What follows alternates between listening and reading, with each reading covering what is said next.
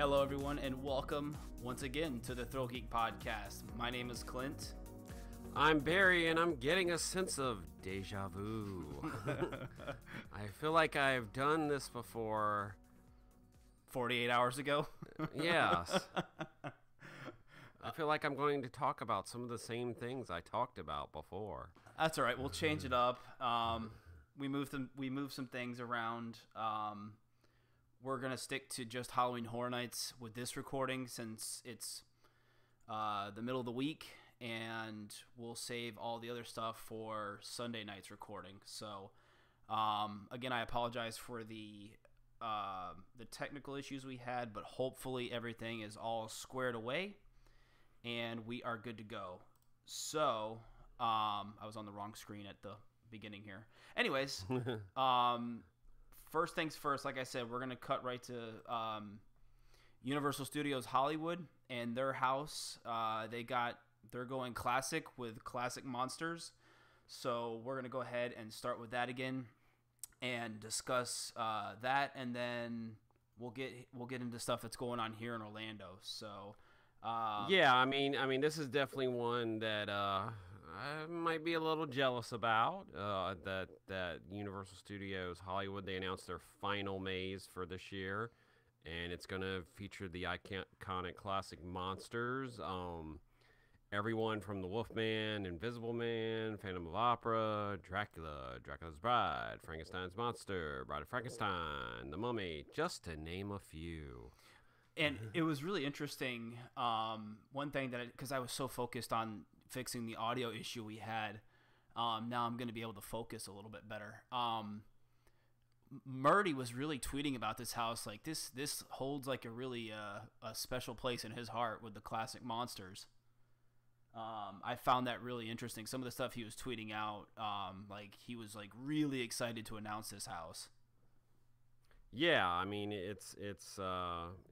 we've seen the monsters integrated into houses before, and of course I believe what part of Terror Tram and stuff like that. But I mean, this is really, hardcore based about that you're basically stepping into a classic monster movie.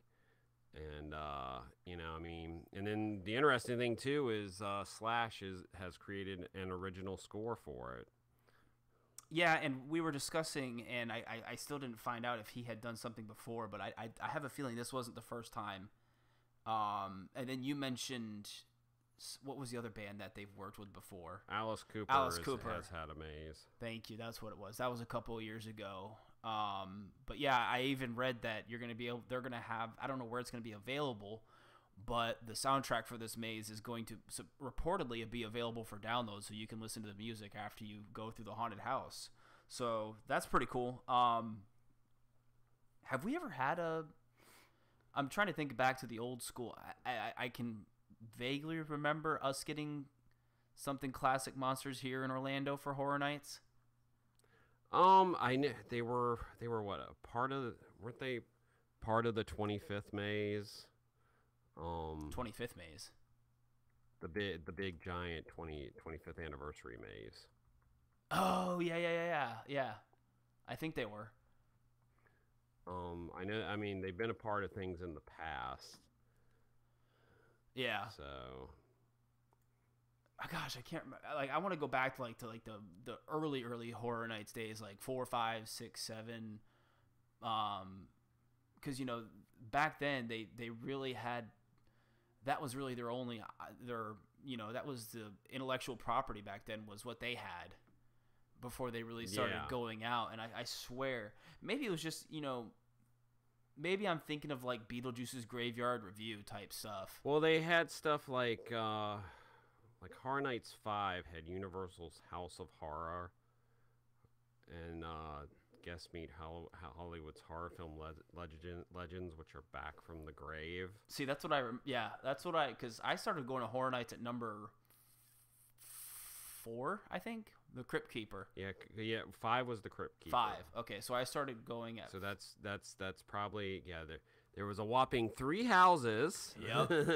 Gosh. For 5. How times have changed. One of them was Universal's House of Horror.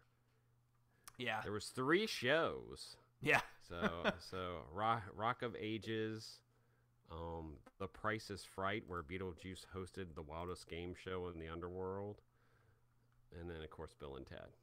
Yep. Good old Bill and Ted. Yeah, there was 2 scare zones. So, gosh, how times have changed. Yeah. Oh gosh, but yeah. Anyways, back on topic. That's how they've definitely been used periodically in the past. Yeah, and the artwork, which if you're watching on our YouTube live stream, the artwork's pretty cool looking. They really gored him up. Frankenstein's monster, he's all bloodied up, and obviously Dracula's all bloodied up. The concept artwork that they released for the maze is pretty neat looking. Wolfman. So should be this. I think I mean we don't. How am I going to say this without sounding? We got 10 houses here in Orlando, so we have nothing to shake a stick at, so to speak. But like you said, if I had to pick one maze that I was jealous because Hollywood's getting some of the stuff we're getting, but this would be one that I was, like you said, slightly jealous of because who doesn't love the Universal Classic Monsters? So yeah. And speaking of our last 2 houses to be announced, we got. To no surprise to anyone, the Horrors of Blumhouse is coming back this year, with this year for us being Happy Death Day and The First Purge, whereas Hollywood will be getting Truth or Dare and Unfriended. So I definitely think we got the better 2 out of the Blumhouse movies here. So, I mean, I know some people are getting tired of The Purge, but, The Purge isn't going anywhere. I mean, it's really, with it being a very popular, with the TV show starting here soon, coming up. When is that starting? September, within the next couple of weeks, I believe. So The Purge ain't going anywhere. So you'll go through The First Purge and Happy Death Day. Happy Death Day takes place at a college campus. And the girl relives her life over and over again as this killer is trying to kill her until she can figure out who's doing it. So I imagine you're going to go through the different kills that happen in the movie. Yeah, I haven't seen Happy Death Day, so that's one. Killer Clowns from Outer Space and Happy Death Day are the 2 movies I'm going to have to see to get caught up. And then The First Purge, it's The Purge, but it's the first one. I'll be interested to see if they do a little bit more of less just people attacking and scaring, and maybe have sort of the battle between like the purgers and the people who are against it. Yeah. Maybe going on around you. As the first experiment goes on. I loved your analogy. It's the Purge, but the first one. Yeah, I mean it is. But in both cases, for Happy Death Day and The First Purge, there's going to be a lot of people in masks because the killer in Happy Death Day has like a baby mask, and of course the Purge is known for people purging in masks. So yeah, like I said, I'll be interested to see what they do. The Purge as a house, it doesn't always work really well. It's always been its best as a scare zone. I agree completely. 100%. Albeit the full blown The Purge house was a last minute thing. That house was originally developed to be Scream. Yeah. You could even go through the scenes and you could actually pick out, even though they had reset dressed different areas of that house, you could pick out the scenes that were from the Scream movies. Yeah. At least, especially the first one. So I mean, it's I think out of the 2 Blumhouses, I think we've got the one with the most potential. It'll be in the same spot in that tent that's next to the Men in Black queue. Right next to MIB. Yeah. So I'm excited for it. And we'll how excited we'll discuss on our later preview podcast when we give our hype list of what we're the most excited. But the more excited and the exciting thing and the final house revealed for Horror Nights in Orlando is Scary Tales Deadly Ever After. as Scary Tales returns again. Now you to have Halloween Horror Nights. Yeah, like I said, I can remember as far back as Scary Tales 2 in the Popeye queue during Islands of Fear. So it's always good to see. I've always enjoyed the Scary Tales house. And someone actually reminded me the first, as some of my friends know, I did a little haunted house here in Hunters Creek, and the first year I did it, we did something similar to this where it was like fairy tales gone wrong. So I always love this type of, I guess if you want to call it a storyline, Yeah, I mean, the fairy tales. The first Scary Tales was back in 2001, and sort of was based around like you were walking through a dark ride, and like you said, there was one at IOA. Yep. For the 20th, it was part of believe the 20th anniversary house, and then for the 25th, it was a scare zone. So it's back again.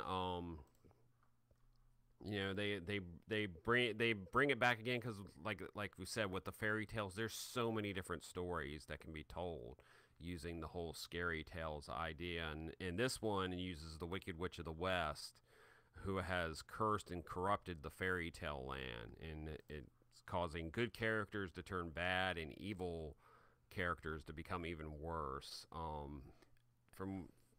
And you have your notes from the round table, which we're going to discuss later. But why don't you go ahead now and talk about the stuff that they discussed in the round table for Scary Tales?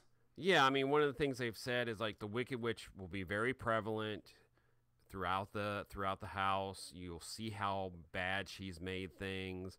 One of the things they talked about is Rapunzel's hair has come alive and ripped itself off her scalp. And I'm assuming we'll be attacking you. The house is bigger than any Scary Tales house they have done before. And from what they've said, the opening facade is just huge. It's gigantic. And they did talk about one of the rooms you will go through, and it's a splatter room based on Humpty Dumpty. And apparently, like the Humpty Dumpty has fallen off the wall, but the egg hits a hot cauldron and it's cooked the egg, and there'll be dripping egg mess you'll be walking through, and the smell, gross smell, and really, from what they've said, very disgusting and gross sounding audio. So they love their smells, especially here at Halloween Horror Nights in Orlando. Yeah. The Humpty Dumpty description makes me laugh. So I mean, a lot of people are excited for this announcement. A lot people like Scary Tales. It's one of the fan favorites over the last, I guess, 17 years. Is this gonna?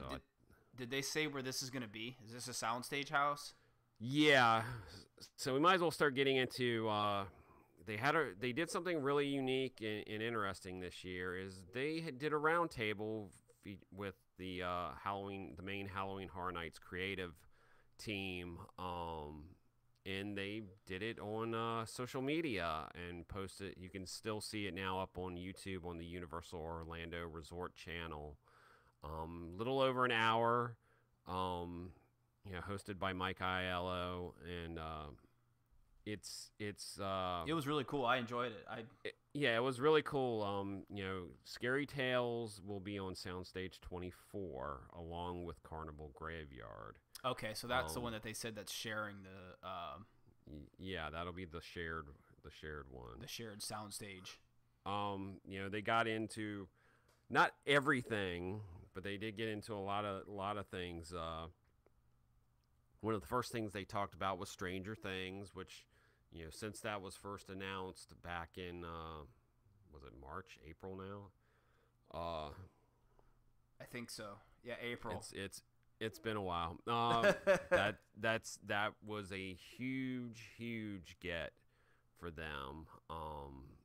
They said ever since that series come out and all of them watched it, they were like, we want this for Halloween Horror Nights. So this has definitely been a huge get for them. It's definitely it's interesting.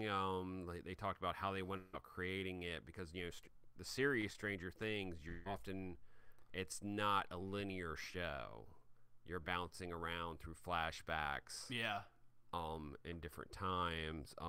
But one of the things they said, the maze will tell a linear story from beginning to end, using locations and major scenes that were in season 1 of Stranger Things. One of the things they talked about was the forest that you'll be walking through is the largest one they've ever created.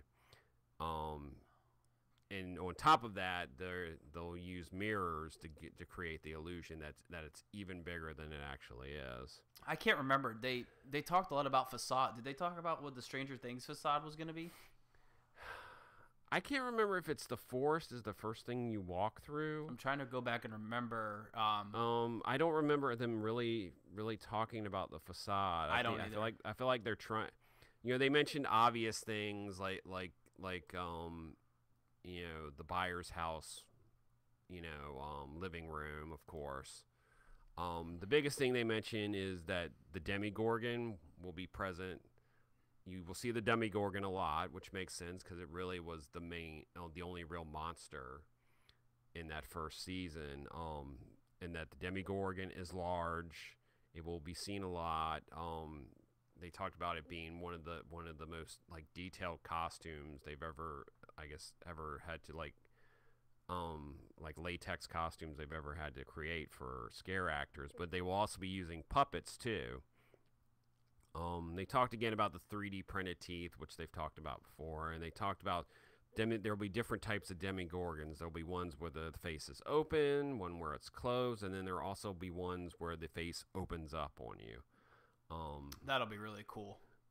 Yeah, I mean, it looks like they're really, I know some things have been mentioned before that this is their goal has been to be one of the most detailed houses they've ever done. Yeah, that you will feel like you're walking through the series, that you're right in the middle of everything that of all these different major scenes that happened in the show. And we've heard that Netflix has been a big part in the show, or in the design of the haunted house. So yeah, that they've been very hands on, and any questions or anything they needed answered, they Netflix and the producers of the TV show have been really hands-on. And the other thing they mentioned, being that this house is in Hollywood and Singapore, each house and each location will be unique to that location. So they didn't just design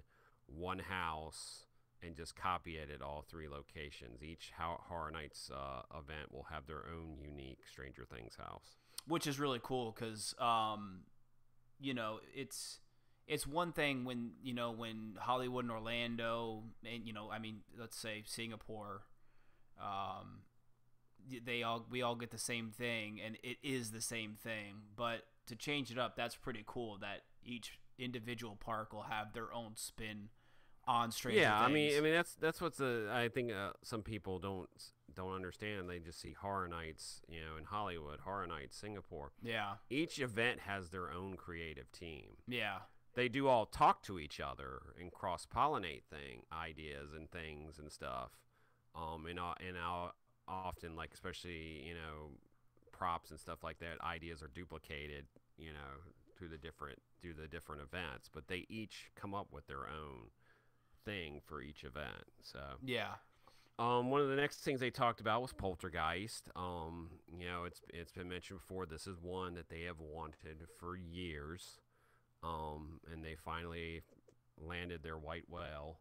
One of the things they mentioned about putting together a house like Poltergeist is how hard it is to do a ghost story. That doing ghost stories, a lot of it's about mood and tone. They're going to use air movements to create the feel of a ghostly presence. One of the things I think is really unique about this house is the way you will walk into it is you're basically starting at the climax of the film, where you're going to be going through the pool that's under construction in the background, in the backyard, storms going on around you. Through the use of force perspective, you're going to be looking up and seeing the house above you. So you're basically going in underground, underneath the house, is how you will get into this house. Yeah, and they also mentioned forced perspective will be used with the house, so it looks like you're going to be, like you said, in the pool looking up at the house. So that's going to be really cool. As the storm's going on around you. Yeah. You'll basically travel underground to get up into the house, and you will, it's, the whole thing is it's built on a burial ground, so you'll go basically through the burial ground before you like get into the house. Yeah. Based on what they said, and and then the house is full of different set pieces from the movie, like the kitchen. And then it'll be interesting to see how they do this, because a lot of the things in the movie is go into the light or don't go into the light. So there will be stuff like that where I think they mentioned something like there's a point where you're going to go into the light. Let me guess, it's going to be this blinding strobe light that's going to blind us all. Yeah, I could that would be I could definitely see after you go through the underground part, and I could they talked about the audio being very important in this house, to create that ghostly effect, and I could definitely see them using, like, going into the light, and flashing a bright light right into your face, and then that completely screws your irises down for the rest of the house. Yeah, that's what I was afraid of when they said you're going to go into the light. It's either blinding white light or strobe or something like that. Yeah, so. I mean, they've definitely used the blinding light stuff before to cause your irises to tighten up, which causes make it even harder for you to see in the dark. So it'll be interesting to see how they pull that off. I mean, I know some people have compared this to, like, oh, well, The Exorcist. Well, you got to remember The Exorcist took place basically in one location the entire movie, so they really had to get sort of abstract with that house. Whereas I think we're talking here, I think really more along The Shining, where you have the set pieces from the movie, and I think, and a lot of us, even though it may not have been the scariest house, The Shining design-wise was so impressive. The bar scene and the just the sets were really impressive. Yeah, the bar scene, the hallways, it was all super impressive. Yeah, I mean, the house never really did it for me as far as a scary haunted house, but the sets and everything were amazing in that house. So yeah, and especially with Poltergeist, with this being another one that they've wanted for years, I'm sure that they've been tossing ideas back and forth for years now on what to do if they ever got this house. Yeah. So I expect this one to be pretty good. One of the things they next talked about was one of the original houses, which is Slaughter Cinema, which they sort of talked about the way they came up with this house, and even one of the first things that they did was come up with, like, different, like, schlocky B-movie titles to sort of base this house around. And basically, like, every scene you go into is completely different, and each one, like, has a movie poster for it, which we've sort of seen in some of the release stuff they've released when they announced this.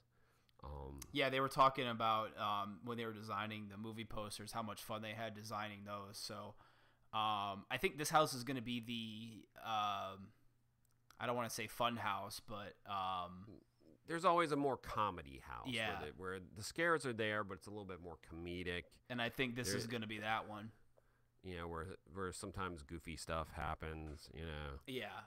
And so, yeah, I definitely think this might be the one happens. And speaking of funny comedy, goofy stuff, they talked Killer Clowns, which, I mean, all the time, I never thought we'd see something from Killer Clowns at Halloween Horror Nights. I mean, it's one of those cult movies that was popular in the 80s. It really became more popular because it used to show up on pay cable and then regular basic cable all the time. Yeah.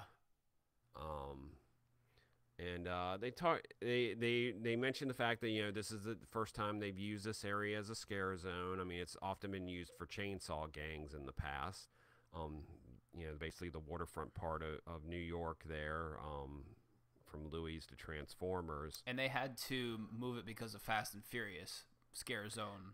Well, yeah, I mean, with Fast and Furious and the gift shop exiting there, that really wasn't a good spot for a scare zone anymore. It was always never a great spot for a scare zone because it just traffic-wise, it was so tight. Yeah, it bottlenecked there pretty bad. Yeah, it bottlenecked. I mean, which in some aspects, there was only so much they could do there as far as scare zones go. But one of the other reasons they decided to use this spot is with the debut of Cinematic Celebration.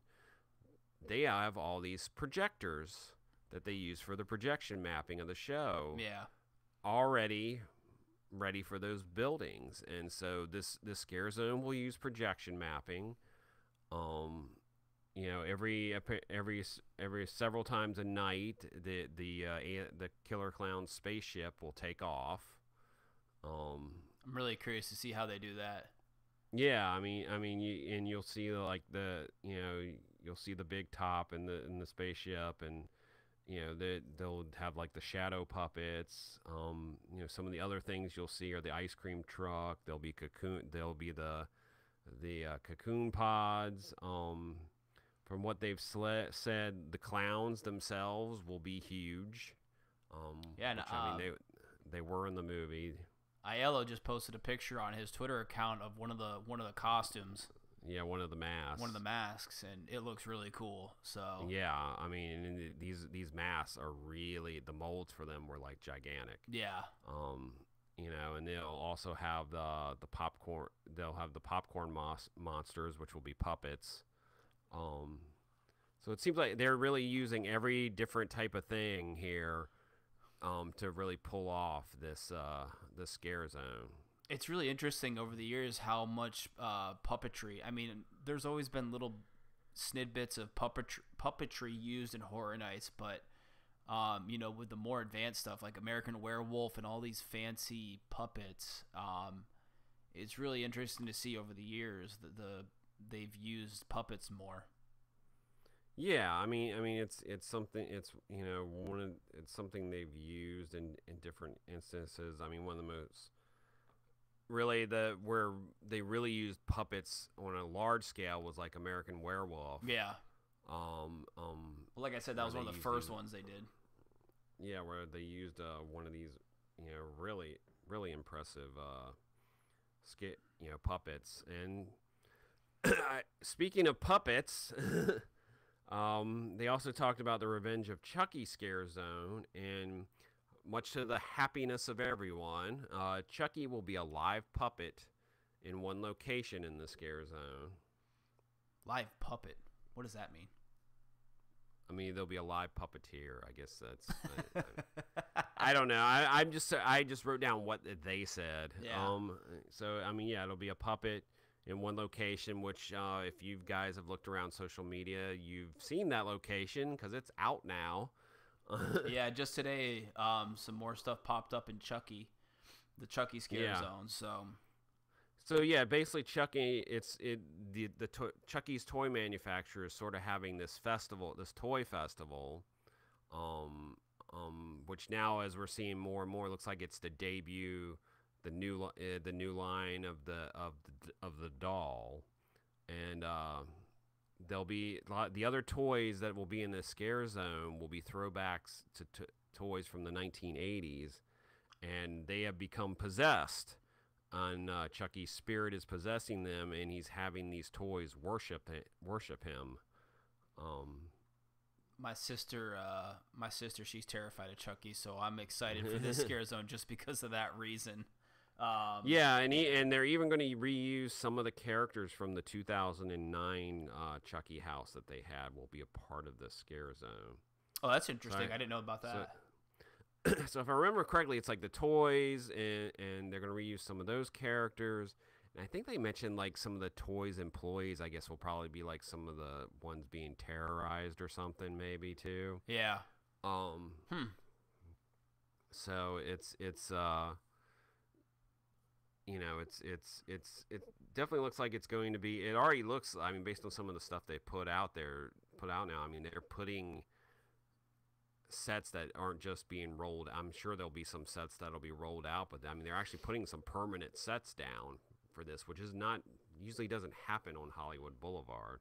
Yeah, like I said when I posted a video on our YouTube channel, just a little quick Halloween Horror Nights construction update. When I was filming down Hollywood Boulevard, I mentioned, I was like, I don't know if they're gonna have, because with Vamp 55, they have these almost like parade floats that they wheel out there, and then wheel back. Hollywood's usually always been like a wheeled out scare zone. I mean, even 25, all the different icon setups were all portable, and wheeled out. So and then they did get to one more scare zone, and probably the one that a lot of people are the most excited for is Vamp 85. And basically during the run of Vamp 55 is when they came up for the idea of Vamp 85. I think they saw how popular it was. Yeah, they saw how popular it was. It had a storyline, and even they even mentioned the fact, and I really know this. I knew this because I knew some of the scare actors. Even the scare actors, came up with their own storylines for their characters. Yeah. And it became a part of the scare zone. And I mean, they even talked about, the Ice Cream Man and a lot of the different things the scare actors did that really made that scare zone very popular. But I mean, it had a storyline to it that if you stood there in the scare zone and watched, you saw it happen. Which to me is always one of the things. I like it when a scare zone does that. I really feel like one of the first times I saw that was back the first Purge, the first time they did the Purge as a scare zone. It had a storyline going on during it that if you paid attention and hung around for a while, you saw it happen. And, that's one of the coolest things about Halloween Horror Nights is, a lot of people when they visit Halloween Horror Nights, it's go, go, go, get to all the haunted houses. But if you have a frequent fear pass and you can take the time and just sit back and watch a scare zone, sometimes that's the coolest thing you can do is just sit back and watch, especially if like you said, if it has a storyline, if it has a theme about it. Yeah, I mean, it really helped with Vamp 55 as that one was on Hollywood Boulevard, and you got all those benches on Hollywood Boulevard. You can just sort of sit there, and watch it unfold. And Vamp 85 will be in New York. It's December 31st, 1984, New Year's Eve, and the ball's going to drop, and they're going to have a ball drop approximately every 20 minutes with a stage, and there will be a feeding frenzy led by rocking, dancing vampires. That's what they said, rocking, dancing vampires. So, and Aiello actually said, and I think they said this during, I can't remember if they did this during the round table or not, but they're picking out like an 80s playlist that's going to be pretty awesome for the scare zone. Yeah, for the scare zone, it will be the scare zone specifically will be nothing in the scare zone will be any music that came out after December 31st, 1984, and that they've got a gigantic soundtrack for that scare zone. And what we've heard over the last couple of days too is basically the music you hear throughout the entire event is going to be 80s related. It's all going to have an 80s feel to it. So maybe we finally won't get Send Me an Angel unless they do an 80s version of it, which I wouldn't put it past them. Yeah. But yeah, supposedly not just Vamp 85, the entire event's going to have an 80s sounding soundtrack to it. Yeah, because they usually blast music out there by the arch, the entryway and the arches and everything. So I'm sure that'll be 80s. But yeah, I mean, they mentioned stuff like Thriller, Karma Chameleon. Yeah, I forgot they mentioned the Karma Chameleon. Yeah, the soundtrack is gigantic to the point that they had to stop adding songs to the soundtrack. Yeah. So I mean, we've already seen, like I said, they put the stage up. You know, we've seen windows displays featuring like fashions from the early 1980s.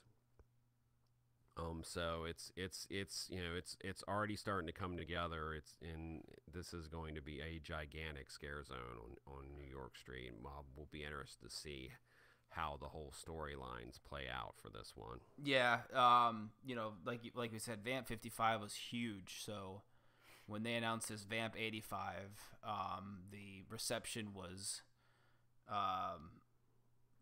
very positive, and it'll be interesting to see how this whole scare zone plays out with all the vampires and how it's gonna look, because I don't know.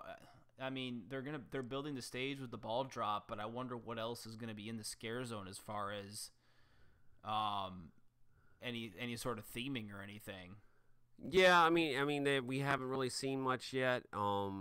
But I expect the pieces are probably going to start coming out soon. Yeah. Albeit there's some pieces I'm sure that will have to be rolled out each night, but I'm sure they're definitely going to do some stuff to the actual New York facades to make it look more like the 1980s. And don't they? I mean, they have. I've seen it before in New York too. They have projection mapping. Set up there before. I'll be interested to see if they use any projection mapping or anything like that. Confetti going off at midnight. Yeah. So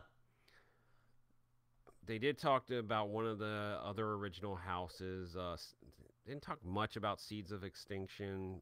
They sort of mentioned that there will be a lot of camouflage scares. Shocking. It's plants. Plant life. And they said there'll be a lot of, I guess, the stuff that's covered up in vegetation. There'll be a lot of Easter eggs in this house of things like Jack and Eddie's sunglass hut. I'm sorry. There'll be like a convenience store with lightning gulp. That there's going to be a ton of little Easter eggs of that'll be woven throughout this house. Yeah, I remember them saying that this is going to be the Easter egg house. If you're a Halloween Horror Nights fan, Seeds of Extinction is going to be the house where you're going to want to pay attention, because there's going to be a lot of Easter eggs throughout the house. So, yeah, and then the only other house they mentioned outside of Scary Tales, which we sort of went over with earlier, they talked about Halloween 4, and that the entire house is going to be based on the environments and kills from the movie. We've already heard that they're using the soundtrack from the movie. So I mean, we discussed it. We've discussed Halloween before. I expected to be. The other two houses were really good, and I expect this one to be, Halloween 4 is not the greatest movie, but I expect the house to be, they really know how to use Michael Myers properly in a house before, and I imagine they'll do a good job this time. Yeah, I've never, I haven't been through a bad Halloween house yet, no matter how bad the movie is. And I may have to add that to my list of, like I said, Happy Death Day, Killer Clowns from Outer Space. And I've seen Halloween 4, but it's been a minute, so I may go back and it's been a while since I've seen Halloween 4. I may have to go back and rewatch that one, just because one of the things with another really cool thing with Halloween Horror Nights is if a lot of people go to this event not seeing any of the movies or TV shows related to the haunted house, but when you go and watch the movie, it adds a whole nother level of experience to it, because you can you're going through the house and you say, oh, I remember that. So I always like to have the story or the movies or the TV shows fresh in my memory with what's going on. So yeah, I mean it's definitely and it's really interesting this year with 10 houses that you got 5 IP houses and 5 freaking original houses.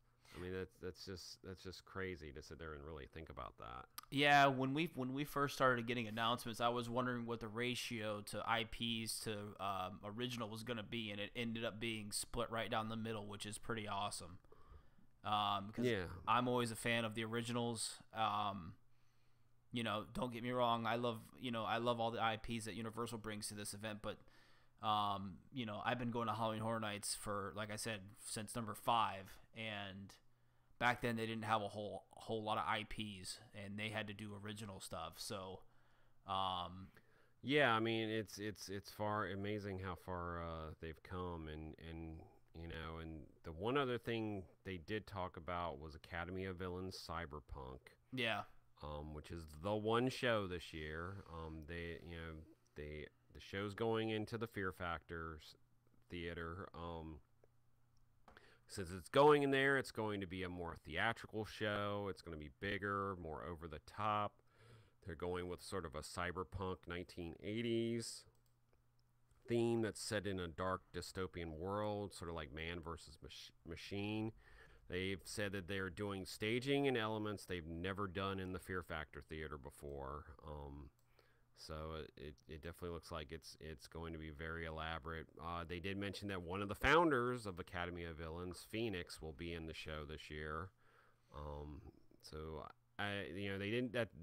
they just talked about Academy of Villains. One of the things we've talked about is whether they're going to mix in some outside acts along with them.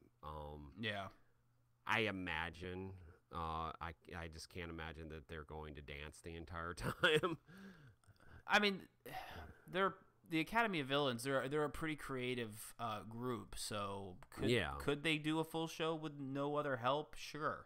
But I don't think that we're going to get that. Not because they can't do it. I'm pretty sure they could. But on the flip side, it's Universal. It's a corporation. Yeah. So surely there's going to be some sort of third party involvement with this show. So it'll be interesting. I'm excited. I've always loved the Academy. I've always enjoyed watching the Academy of Villains. It's not going to be something like Bill and Ted that I could watch every single time I go. Yeah, I mean, Academy. This is going to be a very interesting year. No Bill and Ted for the first time. Academy Villains has its fans. I mean, it's usually always packed in front of that stage, but the Fear Factor Theater is a lot bigger. And I will be interested to see how much it fills up every night for their shows. Yeah, it'll be interesting to see how the 10th House and Academy of Villains, like you said, whether how the attendance is for every single show, if they do fill up Fear Factor or not. And so it'll be interesting to see it'll be interesting to watch the logistics this year with Horror Nights because of No Bill and Ted and the 10th house. So yeah, I mean it'll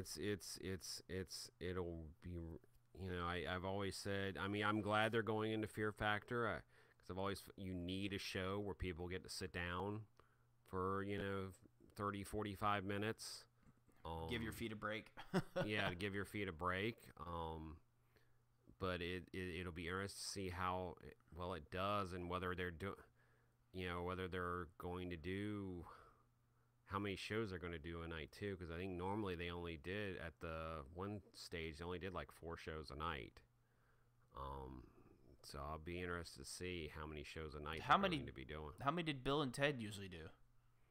They would do 5? I was going to say, wasn't it about 5?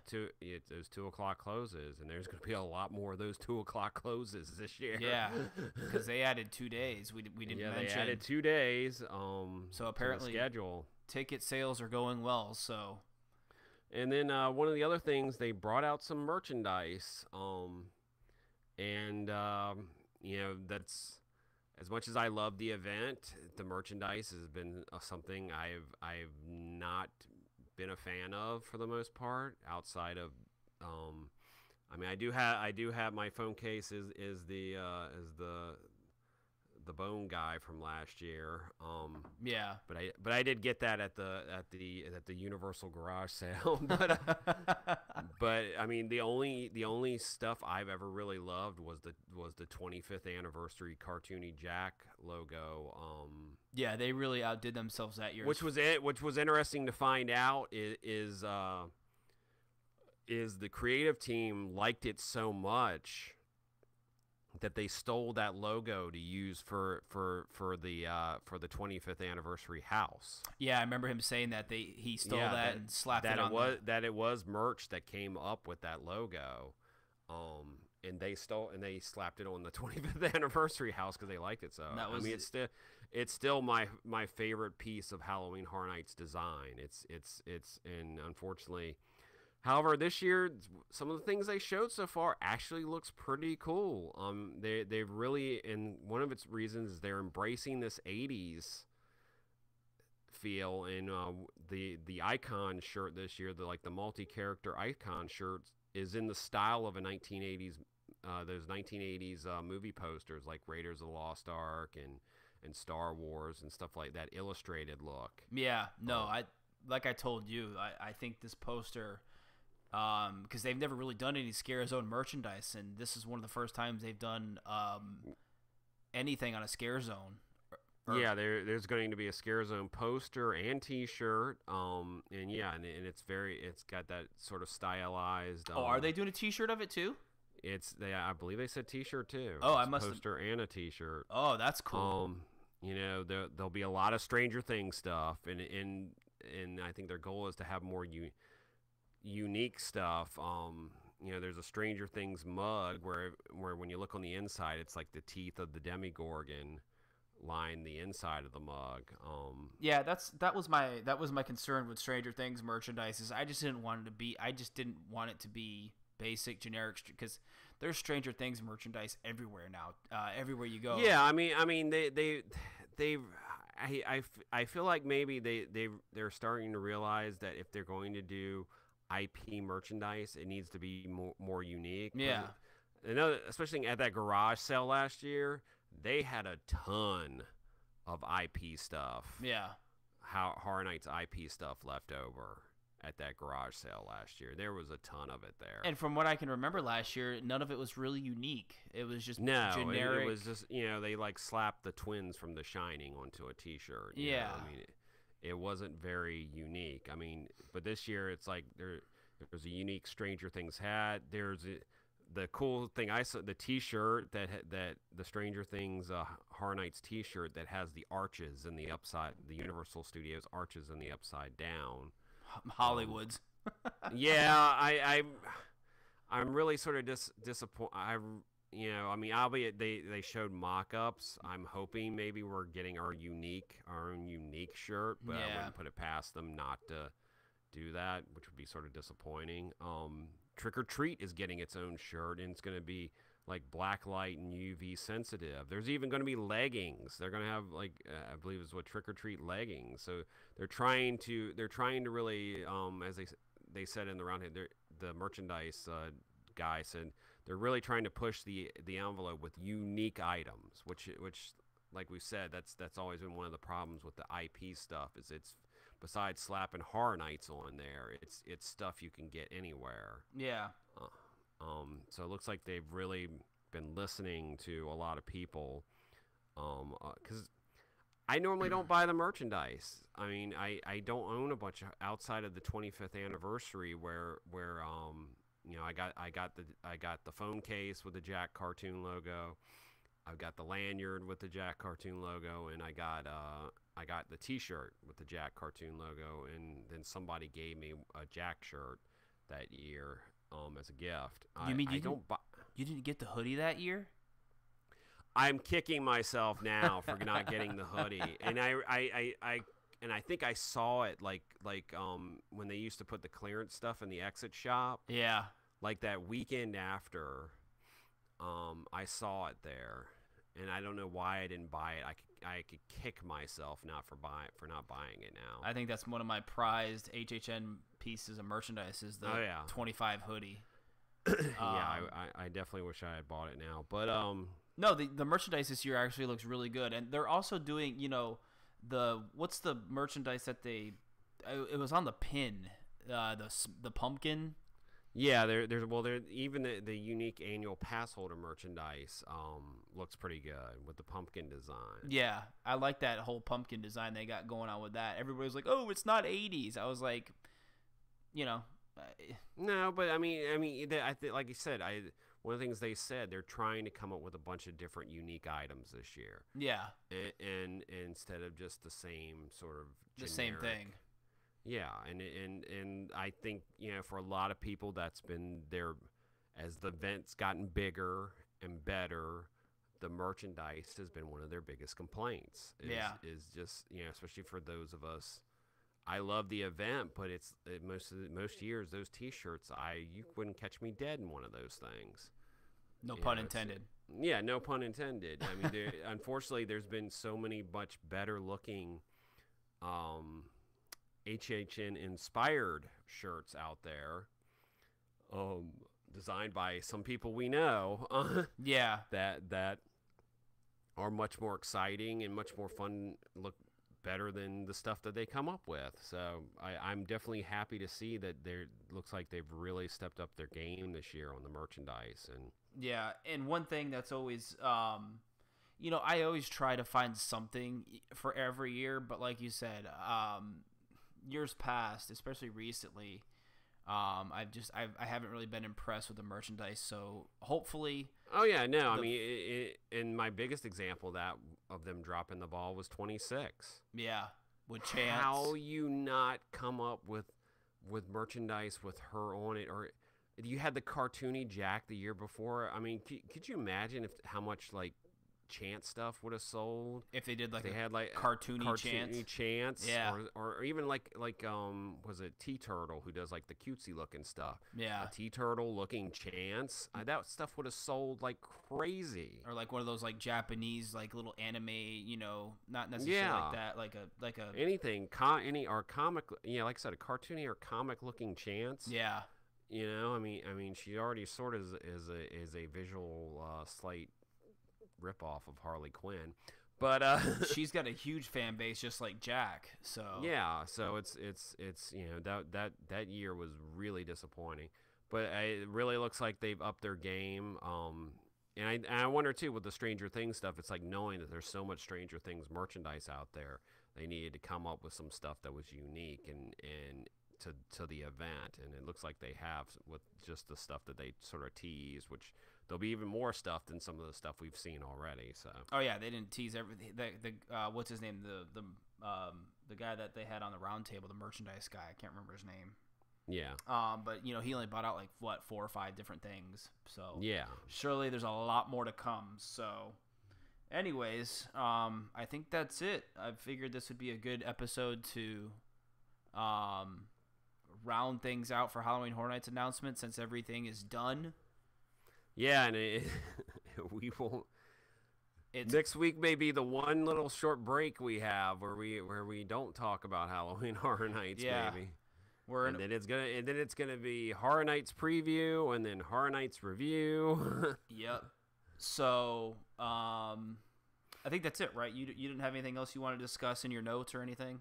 No, that was pretty much everything that was covered in that round table. Like I said, they teased a lot of things. They haven't teased everything, which is good. You don't want to know everything. They, like I said, between now and the beginning of the event, they'll trickle out stuff on social media, and obviously we'll see more and more of the scare zones come up. And speaking of that, scare zones, on our YouTube channel, we've got 2 different scare zone construction update videos on there right now. Which are already outdated. Yeah, which are already outdated. But if you want to see the progress of scare zone construction, we've got them on the YouTube channel. But speaking of social media, we are at ThrillGeek on Twitter and Instagram. We are facebook.com/ThrillGeek. Please like and follow our Facebook page. And we have some live videos that we walked around Halloween Universal and took a look at some of the Scare Zone stuff, construction going on our Facebook page. And we are youtube.com/ThrillGeek. Like and subscribe to the YouTube channel to stay up to date on our latest videos. And remember, ThrillGeek.com for the latest in theme park and pop culture news. And make sure you click on that podcast link on our website, and you can hear us Well, you're hearing us right now if you're listening live on YouTube, but you can hear us everywhere. You can get in a podcast. You can get the Thrill Geek Podcast. Yeah, we're pretty much everywhere. So if you have a favorite podcast app, I'm scrolling through our stats and everything, and there's Podcast Addict, there's Pod this, Pod that. We're on pretty much everything. So if you have a favorite podcast app, just search ThrillGeek Podcast and rock and roll. So coming up here, actually tonight at midnight, they have Six Flags Magic Mountain will be announcing their new ride, and then tomorrow morning, early, Six Flags, every Six Flags park will be, Six Flags does their announcements one day for every single park. So and then Carowinds is doing Carowinds, which is really interesting because Carowinds is doing their announcement tomorrow as well. I don't know why they chose to do their announcement on the same day Six Flags announces all of their stuff. So we will have that to discuss. Yeah, also this week, Food and Wine kicks off. Kicks off. We will be we'll have some of that up on the social media. Halloween's chugging along. More and more Mickey's Not So Scaries. And we're getting closer and closer to Halloween Horror Nights and Hallowscream, and and we'll be back. Our friends over in the Tampa Bay area, Screamageddon, they kick off again. So, which, by the way, we're we're teaming up with them again for another giveaway. So stay tuned for details on that. So, yeah, we got a bunch of giveaways and different things coming up here soon. Yep, so, all sorts of goodies. So I think that is all. I think so. And, like I said, sorry again for the mishap we had earlier this week. But everything went smooth tonight. Apparently, no issues. So we'll be back to our regularly scheduled program. We'll record again Sunday night, and it should be up Monday. So, yeah, and then we're all going to Mickey's Not So Scary on a Labor Day. Yeah, that's what I was gonna say. We're actually gonna be returning. So. Although I'll be there with family that time. We're there more to have fun this time. Exactly. So, all right, cool. Thanks, guys, for listening, and we will see you guys next week. See you in the parks.